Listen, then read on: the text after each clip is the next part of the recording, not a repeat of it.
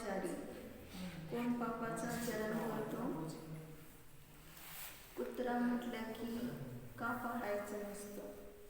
कुत्रा, मांजर हे पण प्रत्येकाला लक्षात आलं पाहिजे. जे हिंसक प्राणी असतात, हिंसक प्राणी असतात त्यांना कशासाठी सुद्धा पाळायचं नाही. हौसेने पण नाही किंवा आपल्याला काही त्याच्यापासून फायदा होतो म्हणून पण पाळायचं नसतंय. कारण हिंसक प्राण्यांना जर पाळलं तर आपल्याला कशाचा दोष लागतो?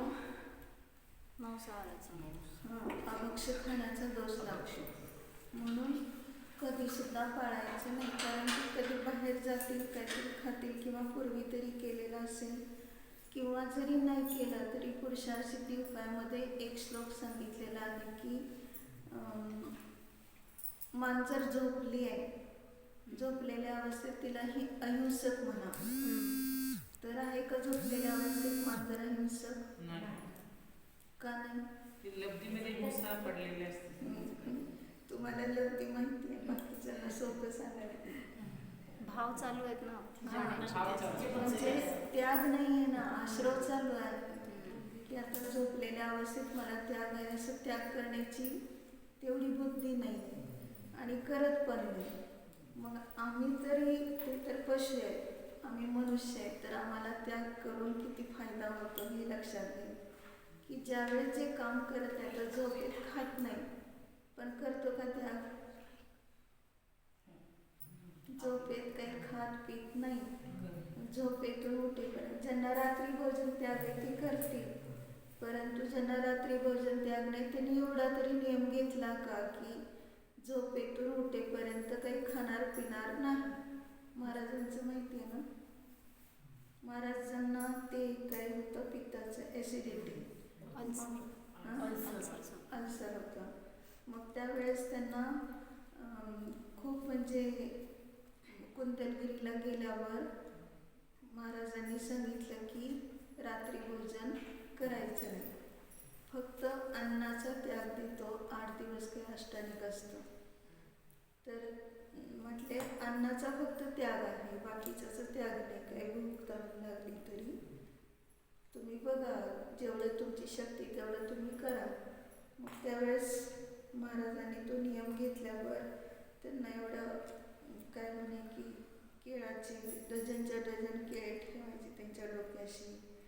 काही जर त्यांना भूक वगैरे लागली तर केळी तरी खाऊन राहतील, पण काही सुद्धा नाही, पाणी सुद्धा पिलं नाही त्यांनी. काय खाल्लं तर नाहीच पण पाणी पण पिलं नाही. म्हटले बघूच आपण 8 दिवस हे करून काय होते. मग आपोआपच काय झालं, कॉन्फिडन्स इतकं त्यांना खात्री पटली की आपण मुनी दीक्षा घेऊ शकतो, संयम पालन करू शकतो. त्याच्यातून त्यांची मुनी दीक्षा घेण्याची तिकडं कल वळला की आपण रात्री भोजन करून किती पाप केलं. तसं वाटतं का आपल्याला की आपण आता जे ते कधी उठतील तेव्हा ते खात होते गृहस्थ असताना. मग आता आपोआपच त्यांनी तो नियम करून पाहिला. तसं आपण सुद्धा कधी करून पाहिलं का की मला हे शक्य आहे? म्हणून या ठिकाणी तो पापाचं आचरण करणारा सुद्धा कुत्रा शेवटी नमोकार मंत्र मिळाल्यावर स्वर्गात देव झाला. मग आपण तर काय करू शकतो? म्हणजे जितके काही असे येतात प्रसंग, त्या प्रसंगामध्ये इथं मला एवढा त्याग आहे, एवढ्या वेळपर्यंत त्याग आहे, आता मी 4 प्रकारच्या आहाराचा त्याग करतो, जोपर्यंत तोपर्यंत तरी असं म्हणू शकतो की आता इथं बसला तर काही खात पीत नाही, तरी सुद्धा आपण तो नियम घेत नाही. आपल्यावर तर खात पीत नाही, कशाला नियम घ्यायचा? पण नियम घेतला तर एवढा फायदा आहे.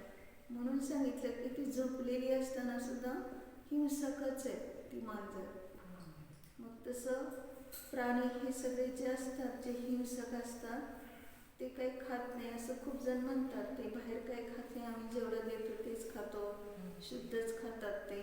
मग अशा रीतीने काय हरकत आहे पाळायला, असं काही जणांची इच्छा असते. परंतु वास्तविक रूपाने जरी त्यांनी पाळलं, त्यांनी तसं म्हणजे जे शुद्धच खातात, बाहेरचं खायला जात नाहीत वगैरे, तरी सुद्धा ते अहिंसक नाही, हिंसकच आहे.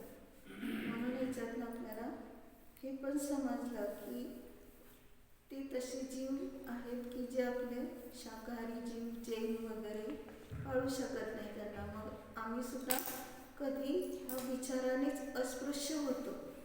तर तसं होऊ नये वाटत असेल तर आम्हाला सुद्धा काय केलं पाहिजे की जसा स्वभाव आहे तशाच प्रकाराने जाणून राहिलो तर आपल्याला हे परमशांती सहज प्राप्त होते. म्हणून 12व्या श्लोकात जे सांगितलं तर त्यानुसार आपण जास्तीत जास्त त्या प्राण्याने केलं आत्मकल्याण. आम्ही कसं करू शकतो जास्तीत जास्त आत्मकल्याण याच्यातून पाहायचं आहे. जेवढं शक्य आहे तेवढं आम्ही करणं आवश्यक आहे. 11व्या श्लोकात काय सांगितलं होतं?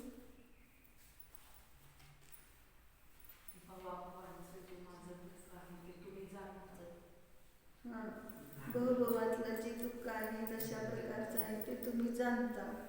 मग त्यावेळेस ते काय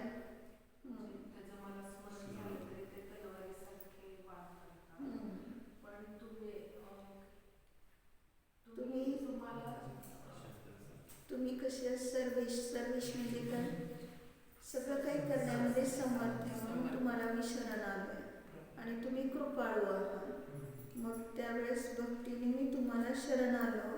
आता काय करायचं माझ्याविषयी तुमच्याकडे मी सोपवून दिलं. काय तुम्हीच प्रमाण आहे म्हणजेच मी समर्पित झाले तुम्हाला. मग आता भगवान काय करणार असेल का आपलं? का सोपवलं? कोणाजवळ सोपवलं जातं? ते अध्यात्म दृष्टीने आपल्या स्वरूपाला सोडून दुसरं कोणी शरण नाही.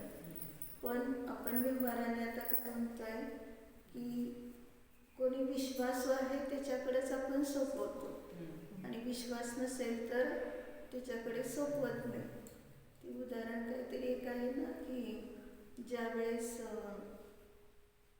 विवाह झालेला असतो दोघांचा आणि ते त्यांना आपल्या गावी जाण्यासाठी मध्ये एक नदी लागते का काहीतरी आहे मोठं जास्त पूर वगैरे असतो.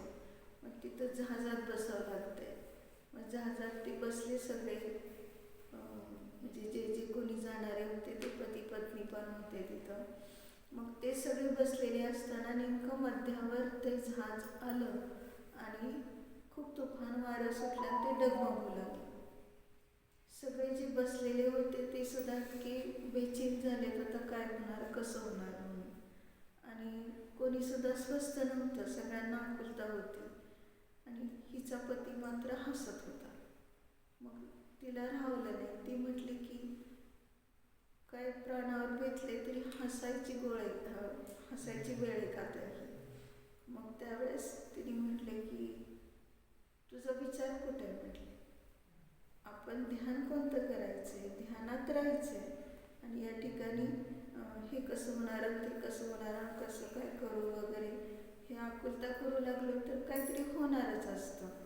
मग लागलीच तिने हे उत्तर नंतर दिलं पण त्याच्या आधी फक्त कृती करून दाखवली. तिने म्हटले की नाही की लागलीच तिने आपली तलवार काढली. तलवार काढून तिच्या मानगुटीवर ठेवली.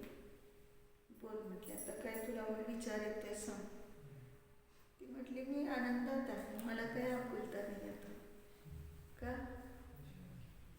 विश्वास आहे. तुम्ही माझं वाईट काही करणार नाही. तुम्ही मला मारणार नाही हा विश्वास आहे.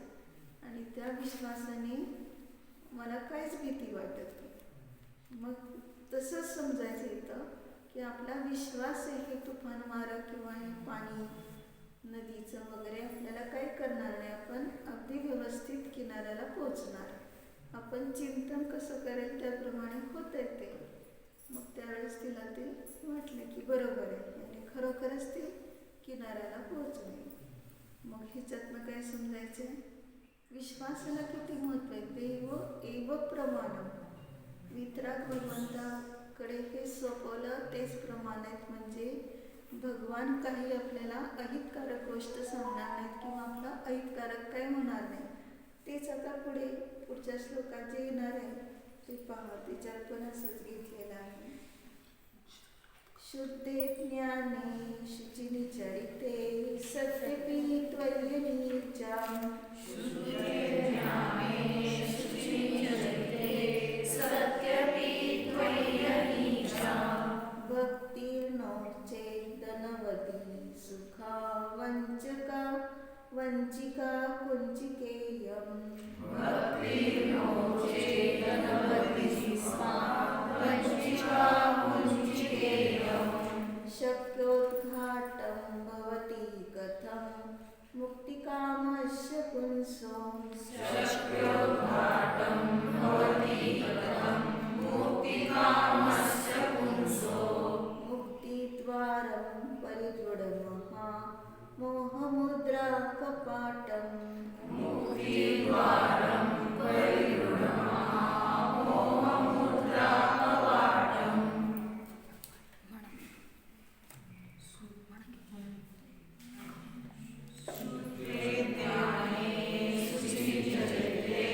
सत्यपि त्वय्यनीचा भक्तिर्नो चेदनवती सुखा वंचिका कुंचिकेयम् शक्योद्घाटं भवति कथं मुक्तिकामस्य पुंसो मुक्तिद्वारं परिदृढमहा मोहमुद्रा कवाटम् याच्यात पण विश्वास दाखवलाय. कुठे आहे? दुसऱ्या ओळीत काय सांगितलं? अवंचिका कुंचिका इयम. अवंचिका म्हणजे न फसवणारी ही किल्ली आहे भक्तीची. कारण भक्तीला ही उपमा अशी दिली आहे की ही जी किल्ली आहे ती बरोबर मुक्तीचं द्वार उघडणारी आहे. कोणती किल्ली?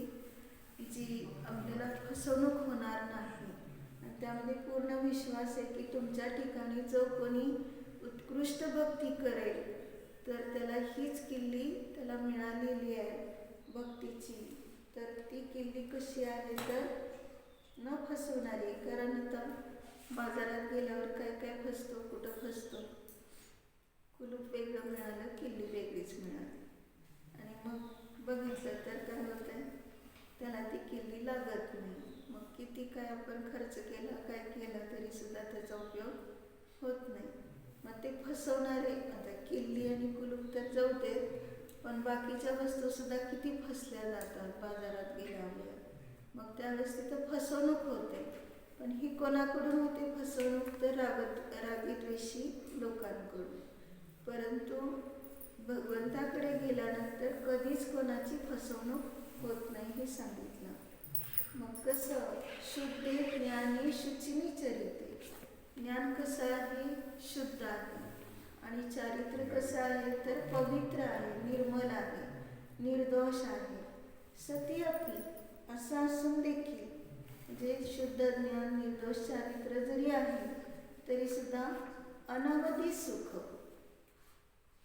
कसलं सुख घेतलं इथं? अमर्यादित सुख आहे. म्हणजे ते कधीही नष्ट न होणार अशा प्रकारच्या ह्या अमर्यादित सुखाला प्राप्त करून देणारी अवंचिका म्हणजे खात्री लायकच अशी आहे ती. म्हणजे न फसवणारी. त्वयी अनीचा भक्ती ही. तुझ्या ठिकाणी केलेली नीच म्हणजे खालच्या दर्जाची, अनीच म्हणजे उत्कृष्ट. उत्कृष्ट भक्ती तुमच्या ठिकाणी श्रेष्ठ भक्ती जर केली तर इयम कुंचिका न चेत. ही किल्ली, ही भक्ती म्हणजेच किल्ली घेतली, ही किल्ली जर नसेल तर काय होईल सांगितलं? मुक्ती कामस्य पुंस. मुक्तीची इच्छा करणाऱ्या पुरुषांना परिदृढ महा मोहमुद्रा कपाटम. परिदृढ म्हणजे जबरदस्त मोहाची जी मुद्रा म्हणजे मोहाने त्याला चिन्हांकित केलेलं आहे किंवा मोहाने बळकट केलेलं आहे असं जे काही कपाट म्हणजे दार, जे मुक्तीचं द्वार आहे तर ते द्वार जबरदस्त मोहाने बंद झालेले. म्हणजे काय म्हटलं? मुद्रा म्हणजे आपण ह्याच्यात पोस्ट म्हणला ते कुठलं काही दिल्यानंतर त्याला त्यांनी मुद्रित करून टाकलं. पत्र घातल्यानंतर त्या पिशवी मुद्रित केलं म्हणजे बंद केला. तर ते कोणाला म्हणजे सीलबंद म्हणतो मुद्रेला.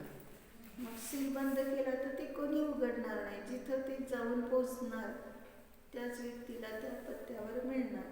तसं या ठिकाणी काय सांगितलं की वास्तविक रूपाने ही जी किल्ली नसती तर काय झालं असतं, मुक्तीची इच्छा करणाऱ्यांना परिदृढ महामोह मुद्रा कपाटम, कोणती किल्ली मिळाली आहे? महान मोहाने बंदिस्त झालेलं मुक्तीचं द्वार उघडण्यासाठी ही भक्तीची किल्ली मिळालेली आहे.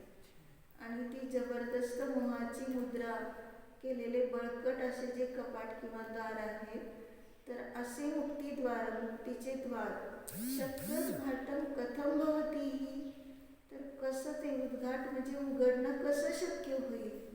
जर ही तुमची श्रेष्ठ भक्ती, तुमच्याविषयी होणारी श्रेष्ठ भक्ती ही किल्ली नसती तर मुक्तीचं द्वार उघडणं शक्य नव्हतं. म्हणजे ही सगळी उपमा घटवली आहे. हिच्यातून आपल्याला फक्त बोध काय घ्यायचा आहे की वास्तविक रूपाने माझ्याजवळच शुद्ध ज्ञान आहे, माझ्याजवळ निर्दोष चारित्र्य पण आहे, हे सगळं आहे. पण तुमच्या ठिकाणची भक्ती नसती तर असं गेलं.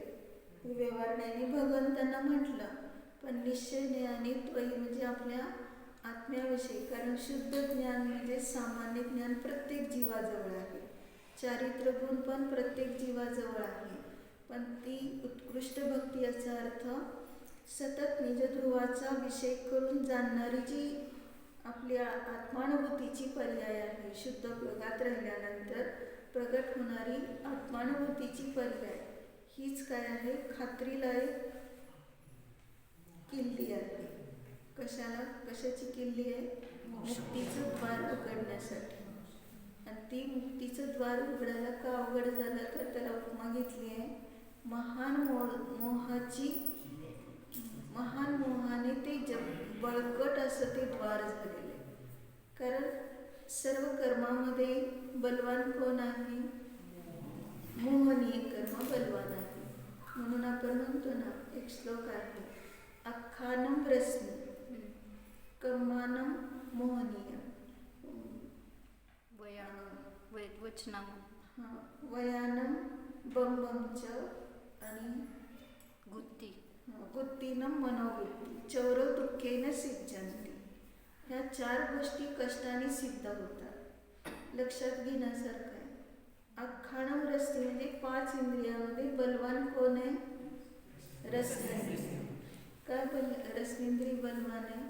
अगदी संलेखना जरी घेतली तरी सुद्धा तो क्षपक, तिची अजून स्थिती पण व्यवस्थित आहे शरीराची, तो उठून पडू लागतो आणि कुठं जातो?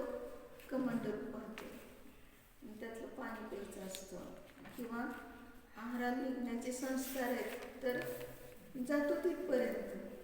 मग तिथं निर्यापकाचार्य ह्यासाठी असतात, तू संलेखना घेतलेली आहे, अनादिकाळापासून एवढं खाल्लेलं आहे, एवढं पाणी पिलेलं आहे, काय गरज नाही, आता एवढ्याने तृप्ती होणार नाही, आता हे शरीर वगैरे सगळे विभाग वगैरे हे आपण सोडून दिलेलं आहे, आता फक्त आत्म्याचं चिंतन करायचंय वगैरे अशा रीतीने त्याला मग संबोधन करून पुन्हा शांत करावं लागतं.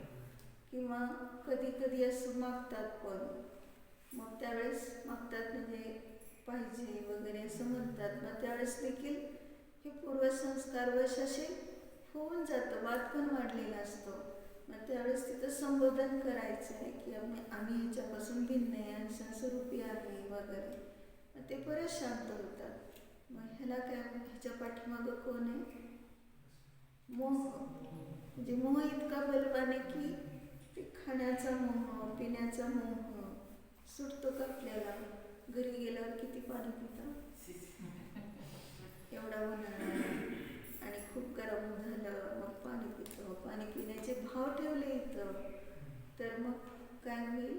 आश्रव लागतील. म्हणून या ठिकाणी लागलीच आपण जर असा त्याग केला इथपर्यंत अन्न पाण्याचा त्याग, तर आपोआपच भावच होणार नाही पाणी पिण्याचे किंवा काही खाण्याचे.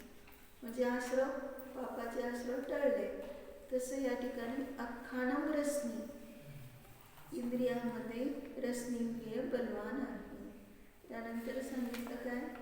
कर्मानं मोहनी, कर्मामध्ये 8 कर्मामध्ये मोहनी कर्म बलवान. सगळ्या ठिकाणी मोह इतका नडतो की तेवढंच मोह सुटत नाही आपल्याला. बाकी सगळं काही सोडलंय पण मोह परिणती संपत नाही.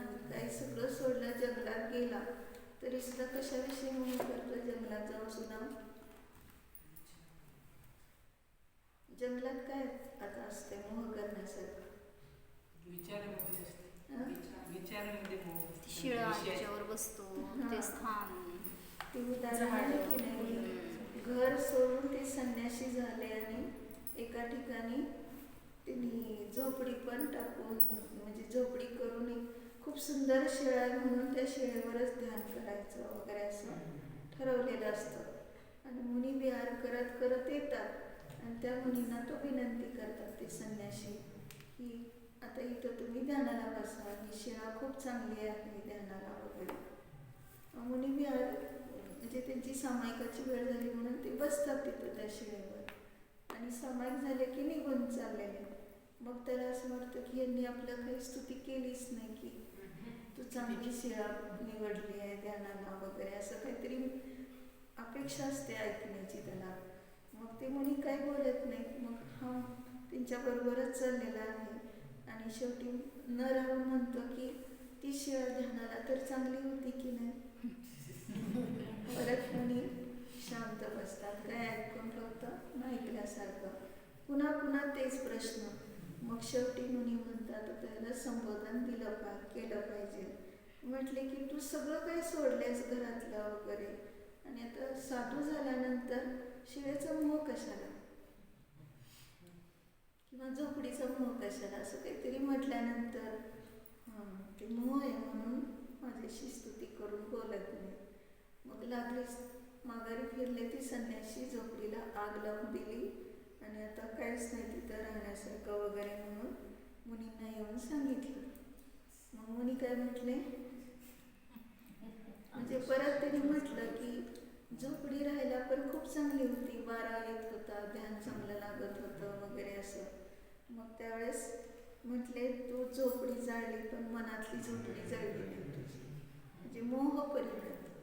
म्हणून याच्यातून काय समजून घ्यायचं आहे की आपल्याला याच्यातनं बोध असं मिळतं की शुद्ध ज्ञान आहे, शुद्ध चारित्र्य, निर्दोष चारित्र्य आहे. पण तुझ्या ठिकाणची भक्ती उत्कृष्ट नसेल म्हणजे हा निजध्रुव कारण परमात्माच मला शरण आहे, त्याशिवाय अन्य कोणी मला शरण नाही. निश्चयाने ह्यातच आपलं कार्य अतिंद्रिय आनंदाचं होणार आहे, बाहेर कोणी नाही. तो पुरुषार्थ मलाच करावा लागेल.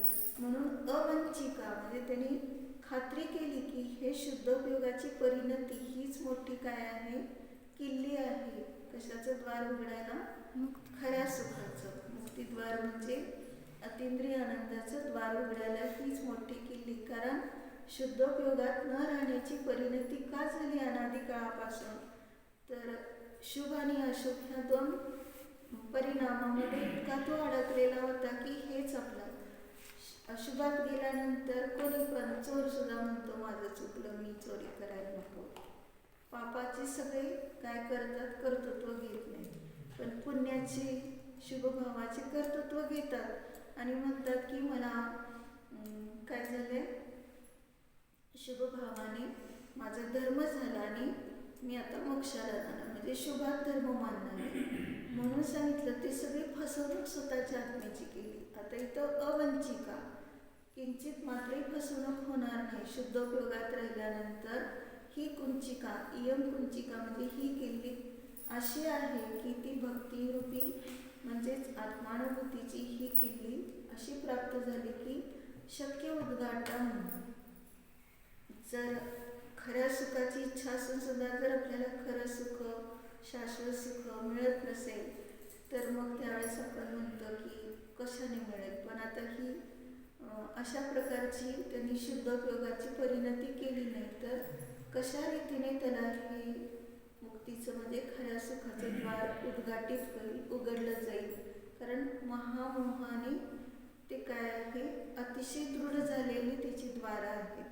म्हणजेच ते सुख का प्राप्त होत नाही, कारण त्याला बाहेरच्या सुखात इतकी इंद्रिय सुखात एवढी म्हणजे मोह परिणती होते की नाही आता उन्हाळ्यात आपल्याला आईस्क्रीमच खाल्लं पाहिजे त्याशिवाय काय उपयोग नाही. कारण थंड वाटते, बरं वाटतंय. बरं काय बर्फाचं पाणी पितो का? फ्रीजमधलं.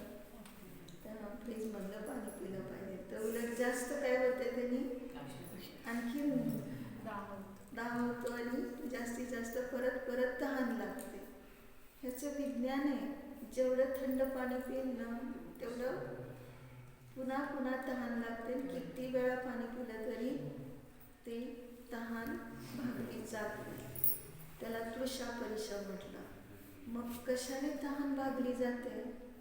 जिभेकडे पाहतो आपण. पण इथं समजून घ्यायचं की गरम पाणी पिलं तर एकदाच बास होतं, परत परत सुद्धा पिण्याची गरज राहत नाही.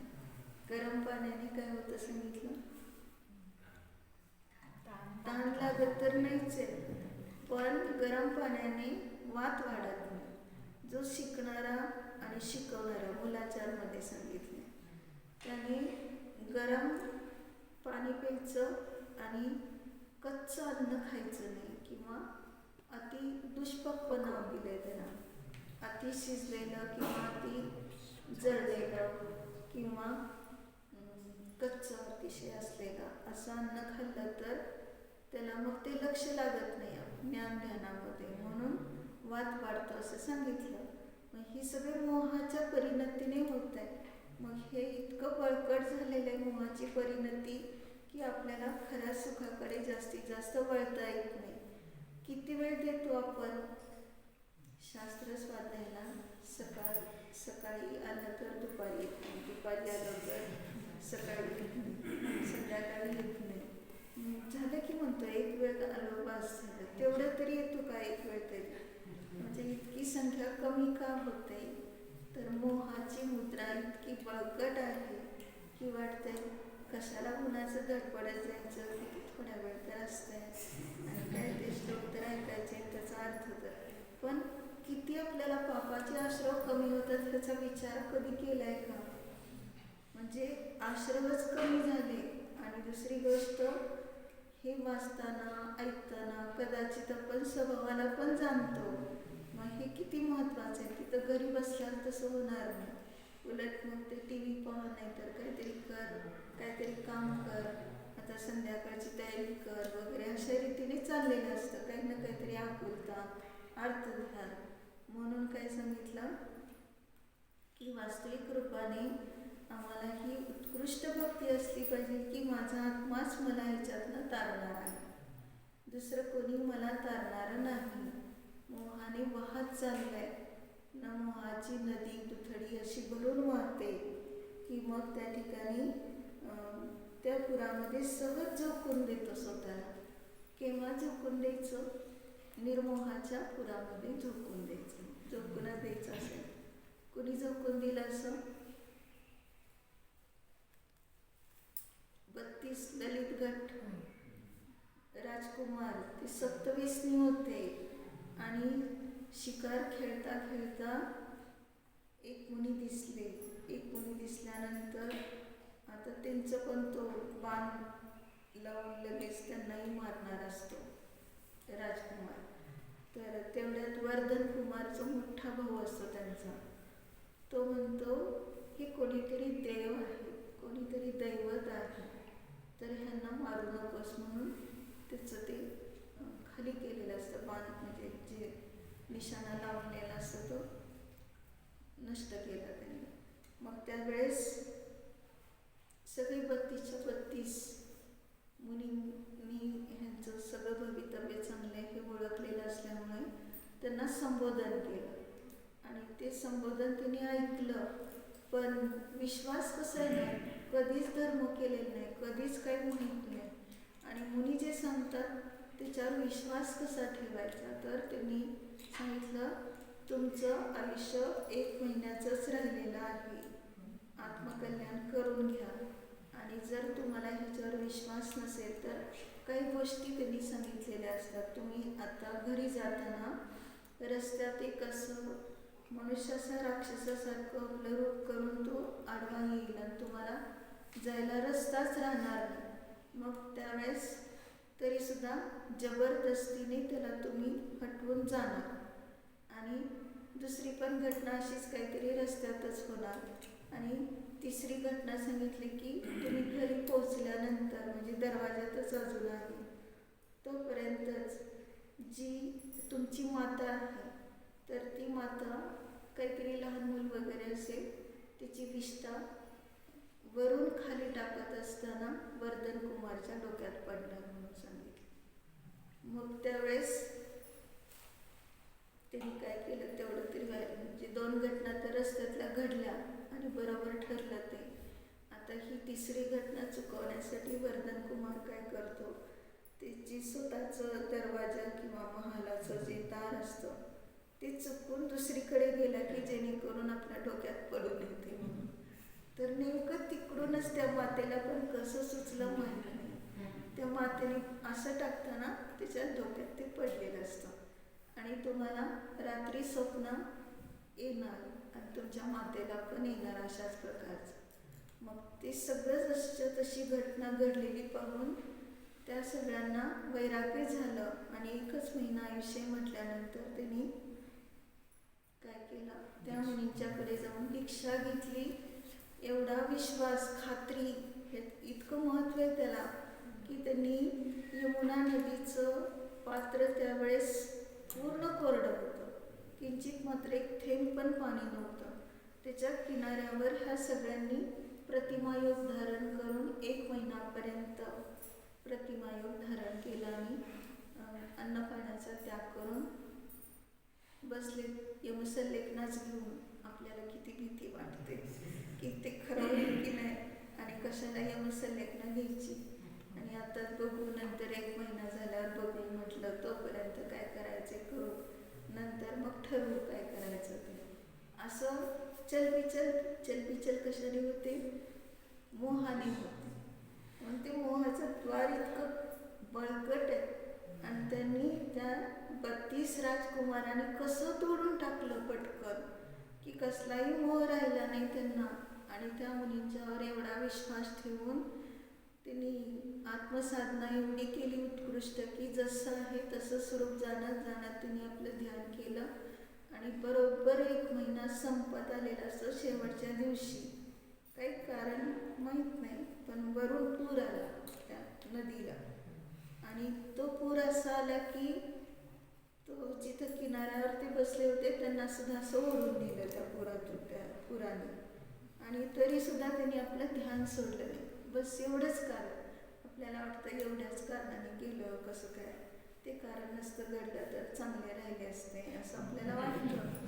मग तसंच इथं की मोहाने तसे विचार येतात पण ते तसं घडणार असतं आणि म्हणून त्यांना कसलाही विचार आला नाही. ते इतकं स्वभावात राहिले की त्यात त्यांना पोहायला येत नव्हतं का. एवढे मोठे राजकुमार सप्तवेसनी सगळं काही त्यांना बाहेरची कला येत होती. मग त्यांनी पोहले असते तर चाललं असतं की पण नाही. ते इतके ध्यानात होते सगळं त्याग करून बसलेले होते. आणि आता किंचित मात्र त्यांना जगण्याची पण इच्छा नाही मरण्याची पण इच्छा नाही अशी संलग्न त्यांची व्यवस्थित झाली की ती खरी भक्ती कोणावर होती आत्मस्वरूपावर. कारण आत्मस्वरूपावर जर तशी भक्ती नसती तर त्यांचा हा मोह तुटला नसता. फक्त त्या मुलींच्यावर उगाच विश्वास ठेवला उगाच आपला असं पुरात वाहत चाललंय वगैरे असं काही सुद्धा विचार आला नाही. काय आहे त्यामध्ये आत्मकल्याणामध्ये कसल्याही प्रकाराने कसली म्हणजे विचारधारा राहत नाही.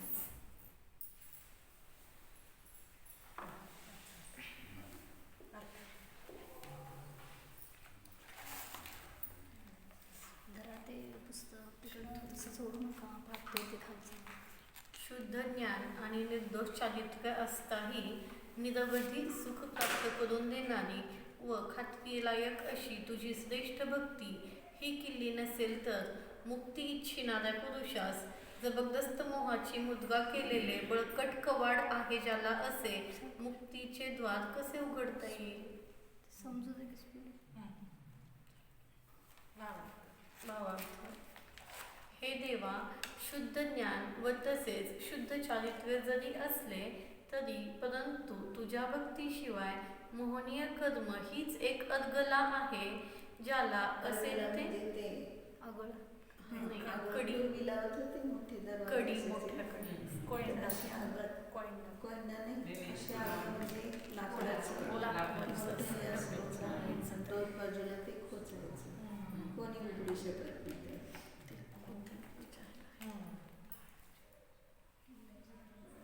एक अदगला आहे ज्याला असे ते मुक्तीचे द्वार कसे खुले होईल. तात्पर्य, हे देवा, तुझी भक्तीच परंपरेने मोक्षास कारण आहे आणि ती भक्ती म्हणजेच सम्यक दर्शन, सम्यक ज्ञान आणि सम्यक चारित्र्य हा मुक्तीचा मार्ग आहे. शुद्धे